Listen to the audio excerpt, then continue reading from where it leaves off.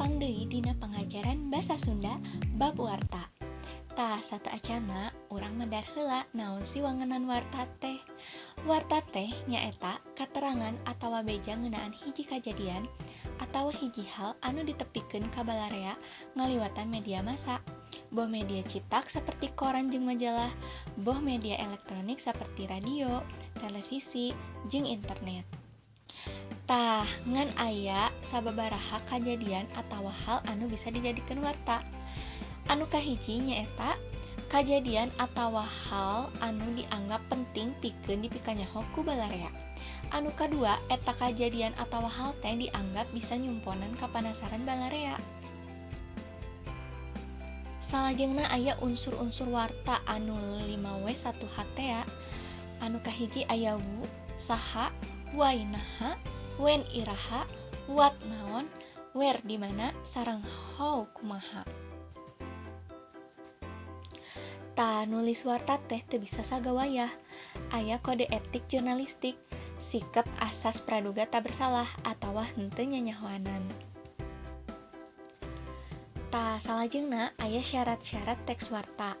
Anu kahiji diperedi salawasna kudu objektif atawa faktual.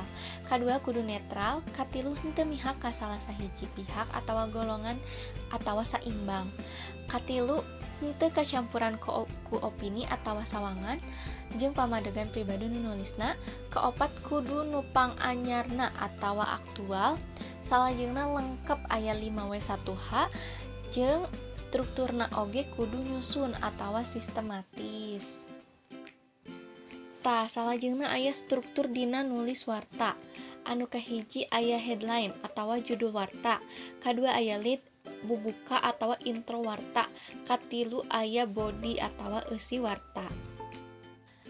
Tah salajengna ngumpulkeun fakta dina warta teh aya sababaraha cara nyaeta anu kahiji nitenan kajadian atawa kaayaan atawa anu disebut observasi tea. Kadua wawancara atawa ngawawancara jalma nu dianggap apal kana eta kajadian. Anu katilu nyaeta ngumpulkeun informasi nu geus aya.